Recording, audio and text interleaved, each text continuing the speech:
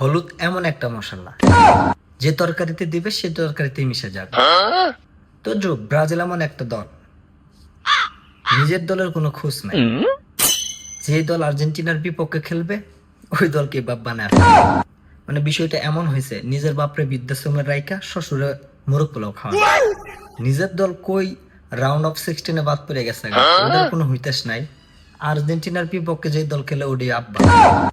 আরে ভাই, আর্জেন্টিনার লেভেলে আসার জন্য তো একটা পারফরমেন্স বা যোগ্যতার দরকার। তোরা তো রাউন্ড অফ 16 বাদ পড়ে গেছিস আর আমরা ফাইনালে গেছি। अच्छा আবার আরেকজনের সাথে আমি কমেন্ট করবো, ভাই তোরা এটা হবে, এটা আগে থেকে জানি, এটা কম। ठीक है এখন যদি এটা মনে করস যে ক্লাসে 40 জন ছাত্র আছে সবার রুল এক হবে, তাহলে তো বোকা। স্টুডেন্ট সবাই ভালো থাকবে কিন্তু রুল একজনেরই হয়। তো খেলা যেহেতু আছে, হার জিত থাকবেই।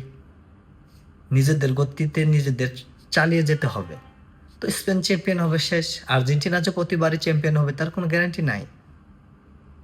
সুতরাং এটা নর্মালি নেই, ট্রোল করার কিছু নাই। নিজের দলকে আগে ডেভেলপ কর, উপরে নিয়ে যেতে দেখ, নিজের চোখে কাপ নিতে দেখ, তারপর বিরোধী দলকে ট্রোল কর। হালার নিজের বাপের খবর নাই, অন্য শ্বশুর আব্বা ডায়।